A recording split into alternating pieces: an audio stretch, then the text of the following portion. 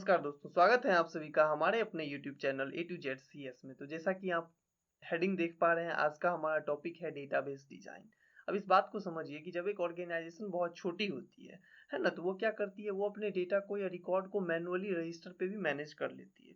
लेकिन जब एक ऑर्गेनाइजेशन बड़ी हो जाती है, उसमें बहुत सारे क्या आते हैं, स्टाफ आ जाते हैं, बहुत सारे क्या होते हैं, डिपार्टमेंट आ जाते हैं, है ना। जब डिपार्टमेंट बहुत सारा आ गया तो क्या हुआ, उसको एक नीड पड़ा कि हम एक कंप्यूटर बेस्ड डेटाबेस को हम एक बनवाएं, या हम एक कंप्यूटर बेस्ड डीबीएमएस सॉफ्टवेयर बनवाएं, ताकि हमारा जो डेटाबेस है वो इजीली क्या हो सके, मैनिपुलेट किया जा सके, या उस पर हम इजीली वर्क कर सके, है ना। तो अब समझिए कि जैसे कि हम एक बिल्डिंग बनाने जाते हैं, तो बिल्डिंग बनाने जाने से पहले हमें क्या चीज की आवश्यकता पड़ती है, उस बिल्डिंग बनाने जाने से पहले हमें एक उसके ब्लूप्रिंट की आवश्यकता पड़ती है, जिस ब्लूप्रिंट को देख करके हम हमारा काम क्या हो सके, इजी हो सके, और हम चीजों को अच्छी तरीके से समझ सके। उसी प्रकार क्या होता है कि जब हम एक डीबीएमएस सॉफ्टवेयर बनाने जाते हैं, जिसमें डीबीएमएस सॉफ्टवेयर के थ्रू हम क्या करते हैं, डेटाबेस को मैनिपुलेट करते हैं, है ना। तो उसमें हमें क्या चाहिए कि हमारा जो डेटाबेस डिजाइन है वो कैसा है, ये देखना बहुत ज्यादा ही इंपॉर्टेंट हो जाता है। तो डेटाबेस डिजाइन होता क्या है, डेटाबेस डिजाइन होता है एक ब्लूप्रिंट, है ना, एक ऐसा ब्लूप्रिंट जो हमें ये बताए कि हम जो डेटाबेस में डेटा जानने जा रहे हैं वो किस प्रकार से वहां रखा होगा। या ऐसे भी इसको कह सकते हैं कि जो डेटाबेस है वो यूजर के पास, जब यूजर उसको फेच करेगा या क्वेरी करेगा, तो वो किस प्रकार से शो करेगा, है ना। उसमें कोई रिडंडेंसी भी आएगी या नहीं आएगी, उसमें सिक्योरिटी वाइज फीचर्स दिए गए हैं या नहीं दिए गए हैं, है ना। तो चलिए देखते हैं डेटाबेस डिजाइन जो blueprint which tells us how we are going to store the data and manage the data. क्या होता है database design is the blueprint which tells us how we are going to store and manipulate the end user data, है ना। क्या हुआ कि database design क्या बताता है, ये एक ब्लूप्रिंट बताता है, एक ब्लूप्रिंट प्रदान करता है, जो कि हमें क्या दिखाता है कि हम डेटाबेस में डेटा को कैसे स्टोर करने वाले हैं और कैसे उसको फिर मैनिपुलेट करने वाले हैं। कहने का मतलब हुआ कि जब यूजर उसको क्वेरी करेगा तो वो यूजर के पास डेटा किस प्रकार से शो करेगा, है ना। वो देखने में कैसा होगा, क्या वो टेबल के फॉर्म में शो करेगा, है ना। यदि रिलेशनल डेटा मॉडल होगा तो वो टेबल के फॉर्म में शो करेगा। ठीक है, तो चलिए आगे बढ़ते हैं। अब इसमें कुछ फेजेस होते हैं ना, phases of database design, phases of database design। कौन कौन से फेजेज होते हैं, number 1 phase requirement analysis, number 2 आता है मॉडलिंग, है ना। इसी में हम क्या करते हैं, चूज अप्रोप्रिएट मॉडल, है ना। उसके बाद आता है आपका कंसेप्चुअल डिजाइन, उसके बाद आता है आपका फिजिकल डिजाइन, है ना। तो ये इतने स्टेप्स हैं। तो सबसे पहला क्या है हमारा, रिक्वायरमेंट एनालिसिस। अब रिक्वायरमेंट एनालिसिस में क्या होता है कि जब कोई ऑर्गेनाइजेशन या कोई व्यक्ति आता है कि भैया हमारे लिए डेटाबेस को डिजाइन कर दो, तो हम उससे क्या पूछेंगे, हम पूछेंगे कि आपकी आवश्यकता क्या है ना, आप किस काम के लिए जो है डेटाबेस को बनवाना चाहते हैं, है ना। उसी के अनुरूप हम क्या करेंगे, उसके रिक्वायरमेंट को नोट करेंगे, एक एक चीज जो जो चीज वो कहेगा उसको नोट करके रख लेंगे। ठीक है, उसके बाद क्या होगा, मॉडलिंग। मॉडलिंग में हम क्या करेंगे, मॉडलिंग में हम ये करेंगे कि हम डेटा मॉडल्स को चूज करेंगे, है ना, कि भैया इस काम के लिए कौन सा डेटा मॉडल जो होगा अप्रोप्रिएट होगा, और उस डेटा मॉडल में कौन कौन सी चीजों की आवश्यकता होगी, है ना। वो डेटा मॉडल किस प्रकार से काम करेगा, इन सारी चीजों को देखेंगे। फिर उसी में हम देखेंगे कि वो कॉन्सेप्चुअल डिजाइन क्या होता है, फिजिकल डिजाइन क्या होता है, ये दोनों ही किसका पार्ट है, ये दोनों स्कीमा का पार्ट है। ठीक है ना। तो चलिए देखते हैं, सबसे पहला क्या है, requirement analysis. In this phase database designer ask the user about their requirement, है ना। इसमें क्या करता है, डेटाबेस डिजाइनर जो है यूजर का जो रिक्वायरमेंट है उसको क्या करता है, पूछता है कि भैया आपकी रिक्वायरमेंट क्या है ना, आप किस चीज के लिए डेटाबेस को बनाना चाहते हैं। ठीक है, उसके बाद दूसरा क्या होगा, मॉडलिंग। अब मॉडलिंग को आप इस प्रकार से समझिए कि मान के चलिए, जब कोई एक रियल वर्ल्ड से पहले समझते हैं इसको, कि मान के चलिए ये कोई एक बिजनेसमैन है, जो बिजनेसमैन किस चीज का बिजनेस करता है, कपड़ा का बिजनेस करता है। तो ये क्या करता है, ये अपने प्रोडक्ट को जो है सो मार्केट में दिखाने के लिए क्या करता है, एक इवेंट में जाता है। उस इवेंट को हम क्या कहते हैं, मॉडलिंग, है ना। उस मॉडलिंग इवेंट में जाने के बाद वो क्या करता है, वो देखता है कि मेरे बजट के हिसाब से, है ना, मेरे बजट के हिसाब से और मेरे जो कपड़ा है उसके हिसाब से कौन सा मॉडल जो है वो इस पे सूट करेगी, है ना। जो भी मॉडल उस पे सूट करता है वो क्या करता है, उस मॉडल को चूज कर लेता है और वो मॉडल क्या करती है, वो उसको रिप्रेजेंट करती है रैंप वॉक में। ठीक इसी तरीके से आप सिनेरियो को समझिए कि जब क्या होता है, यूजर कोई आता है कि भैया हमारे लिए डेटाबेस डिजाइन कर दो, है ना। तो डेटाबेस डिजाइनर क्या करता है, डेटाबेस डिजाइनर उसका रिक्वायरमेंट देखता है। उस रिक्वायरमेंट देखने के बाद वो क्या करता है, वो मॉडलिंग करता है। मॉडलिंग में क्या करता है, वो देखता है कि इसका रिक्वायरमेंट क्या है, उसके रिक्वायरमेंट के हिसाब से वो क्या करता है, वो अप्रोप्रिएट मॉडल को चूज करता है ना। यहाँ पे बहुत सारे मॉडल पाए जाते हैं, हायरार्किकल मॉडल पाया जाता है, आपका नेटवर्क मॉडल पाया जाता है ना, रिलेशनल मॉडल पाया जाता है ना, ईआर मॉडल पाया जाता है। तो इन सारे को देखता है कि भैया इसका रिक्वायरमेंट क्या है, उस रिक्वायरमेंट के हिसाब से वो क्या करता है, वो अप्रोप्रिएट मॉडल को चूज करता है। क्या होता है modelling, process of creating a specific data model for determined problem domain, process of creating a specific data model for a given problem domain, है ना। Process of creating a specific data model, अभी अभी जैसे कि हमने कहा कि इसमें वो क्या करता है, डेटाबेस डिजाइनर अप्रोप्रिएट मॉडल को चूज करता है according to their requirement. User का रिक्वायरमेंट क्या है इसके हिसाब से वो अप्रोप्रिएट मॉडल को चूज करता है ना। अब यहाँ पे प्रॉब्लम डोमेन क्या हुआ, प्रॉब्लम डोमेन हुआ एक ऐसा प्रॉब्लम, या जैसे यहाँ पे क्या था, डेटाबेस यूजर था, उसका क्या था, उसका रिक्वायरमेंट फिक्स था, है ना, कि भैया हमें ये चाहिए, ये चाहिए, ये चीजें होनी चाहिए, ये चीजें नहीं होनी चाहिए, हम इस तरीके का चाहते हैं, हमारे पास इतने डिपार्टमेंट है, इस डिपार्टमेंट का ये मैनेजर होगा, ये इस डेटा को देख सकता है नहीं देख सकता है, वो उस डेटा को देख सकता है कि नहीं देख सकता है। तो वो क्या हुआ, प्रॉब्लम जो है वो एक फिक्स्ड प्रॉब्लम है। तो फिक्स्ड प्रॉब्लम को हम क्या कहते हैं, प्रॉब्लम डोमेन।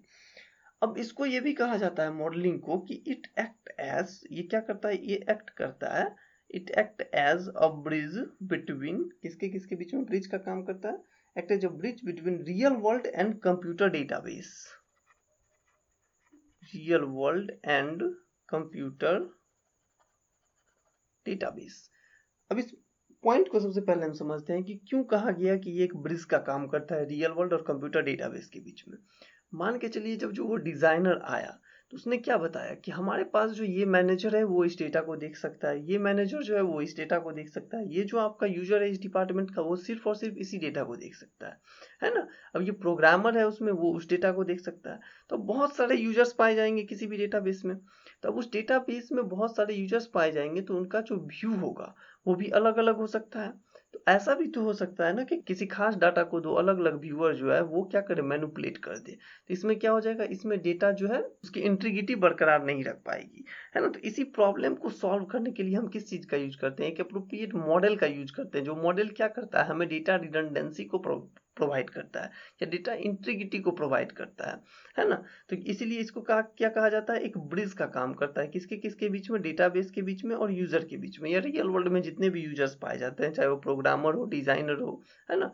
अब सबका व्यू भी अलग अलग होता है, ठीक है। अब इसको एक और तरीके से हम डिफाइन कर सकते हैं, क्या कहते हैं कि data model clarify communication between designer, programmer and user by reducing the complexity of database design to more easily understandable abstraction that defines entity relation and data transformation। अब इसको सबसे पहले लिखते हैं तब आपको समझाते हैं। क्या कहा जाता है कि data modelling clarify communication between, किसके बिटवीन में, communication between designer comma programmer and user to more easily understandable abstraction that defines entity relation and data transformation। अब इस पॉइंट को समझिए कि ये क्या करता है, data modelling clarify communication between database designer, programmer and user to move या to more easily understandable abstraction, है ना। अब इसको समझिए कि अभी अभी हमने क्या कहा कि जो बहुत सारे यूजर्स हैं, जैसे कि डेटाबेस डिजाइनर है या डेटाबेस प्रोग्रामर है ना, या एंड यूजर है, उसका क्या है, उसका रिक्वायरमेंट जो है वो अलग अलग है ना। तो ये क्या करता है, डेटाबेस मॉडलिंग, डेटाबेस मॉडलिंग जो है उसको एक अच्छा सा प्रदान करता है, क्या चीज, एक ब्रिज का काम करता है। तो डेटाबेस मॉडलिंग क्या करता है, एक ब्रिज का काम करता है ना। अब उसको, अब मान के चलिए कि जो आपका जो एक डिजाइनर है, डिजाइनर बहुत सारा ऐसा चीज है जिसको वो देख सकता है, जबकि जो हमारा एक प्रोग्रामर है वो उस चीज को नहीं देख सकता है, एंड यूजर जो है वो उस चीज को नहीं देख सकता है। मतलब उसमें अलग अलग सबके जितने भी आपके यूजर हैं उनमें अलग अलग एब्स्ट्रैक्शन है ना। तो ये क्या करता है, उस तीनों के बीच में सामंजस्य को बढ़ाता है ताकि जो हमारा डेटाबेस है उसका इंटीग्रिटी बरकरार रखा जा सके, ठीक है। चलिए आगे बढ़ते हैं। अब हम देखते हैं कि डेटा मॉडल क्या होता है। तो डेटा मॉडल क्या होता है? Data model is relatively simple representation of more complex real world data structure. क्या होता है? Simple representation of more complex real world data structure, है ना। कहने का क्या मतलब हुआ? कहने का मतलब हुआ कि जब हम एक डेटाबेस डिजाइन को करने जा रहे हैं, है ना, तो डेटा मॉडल हमें क्या बताता है कि भैया जो डेटा स्ट्रक्चर है ना, जहाँ पे डेटा जाकर के स्टोर होने वाला है, उसका रिप्रेजेंटेशन कैसा होगा, है ना। उस रिप्रेजेंटेशन को हम किसके द्वारा दिखाते हैं? डेटा मॉडल के द्वारा दिखाते हैं। ये क्या करता है? इट रिप्रेजेंट, या इसको हम ऐसे भी कह सकते हैं कि इट रिप्रेजेंट, ये रिप्रेजेंट करता है, it represent data structure and their characteristics like their relation constraints, like their relation constraints। Data model क्या डिटरमाइन करता है? डेटा मॉडल डिटरमाइन करता है कि जो डेटा स्ट्रक्चर है ना, उसके बीच का रिलेशनशिप कैसा है। मान के चलिए हमने रिलेशनल मॉडल ले लिया, तो रिलेशनल मॉडल में जो बहुत सारे टेबल्स आएंगे, उस टेबल के बीच का रिलेशनशिप कैसा है ना। प्रत्येक टेबल का जो है वो कंस्ट्रेंट्स क्या है। कंस्ट्रेंट्स का मतलब क्या होता है? कंस्ट्रेंट्स का मतलब होता है उसका लिमिटेशन क्या है। तो ये किसके द्वारा डिटरमाइन किया जाता है? डेटा मॉडल के द्वारा, है ना। या हम इसको ऐसे भी कह सकते हैं कि it facilitate interaction among designer, programmer and and user. जैसा कि हमने मॉडलिंग में कहा था, तो मॉडलिंग में भी हमने यही कहा था ना कि इसका जो मुख्य काम होता है वो क्या होता है कि एब्स्ट्रैक्शन प्रोवाइड करना इन दोनों के बीच में, और उस एब्स्ट्रैक्शन के साथ साथ डेटा बेस का जो इंटीग्रिटी है, डेटा का जो इंटीग्रिटी है वो बरकरार रखे, है ना। तो चलिए, अब एक आइडियल डेटा मॉडल का कैरेक्टरिस्टिक्स क्या होगा? मतलब एक जो हमने डेटा मॉडल चूज कर लिया, उसका क्या क्या कैरेक्टरिस्टिक्स होना चाहिए उसको हम देखते हैं। Characteristics of an ideal data model. Number क्या होगा? It defines detail of database structure that will store the end user data. ये क्या डिफाइन करना चाहिए? It defines detailed of database structure that will store the end user data, है ना। ये क्या डिफाइन करना चाहिए? ये डिटेल डिफाइन करना चाहिए कि जिस स्ट्रक्चर में जो है डेटा एंड यूजर का डेटा जो है वो स्टोर होने जा रहा है। कहने का क्या मतलब हुआ? कहने का ये मतलब हुआ कि जब हम मान के चलिए एक टेबल के, यदि हम रिलेशनल डेटा मॉडल को लेते हैं, यदि हम उसमें टेबल के फॉर्म में डेटा को स्टोर करना चाहते हैं, तो ये क्या करना चाहिए? उस टेबल को डिटेल में डिफाइन करे, है ना, कि किस टेबल का जो है वो कैसा कैसा कंस्ट्रेन है, किस टेबल की क्या क्या जो है लिमिटेशन है, और उस टेबल का एक दूसरे के साथ रिलेशनशिप कैसा है ना। तो ये सारा काम किसका होता है? डेटा मॉडल का काम होता है।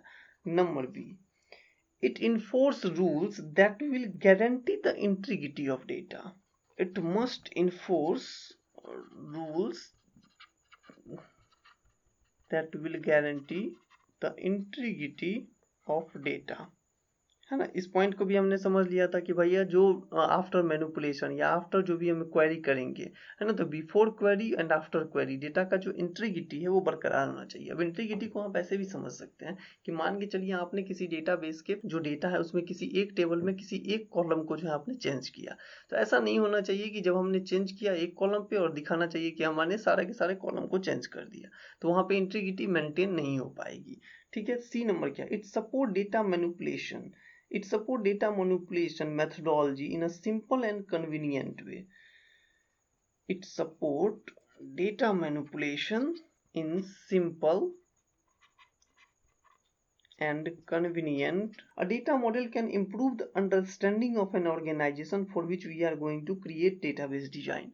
अब एक डेटा मॉडल क्या करता है? ये डेटा मॉडल जो ओवरऑल यदि हम कहें तो ओवरऑल क्या करता है कि हम जिस ऑर्गेनाइजेशन के लिए या जिस चीज के लिए हम डेटाबेस को बनाने जा रहे हैं उसके अंडरस्टैंडिंग को बढ़ा देता है।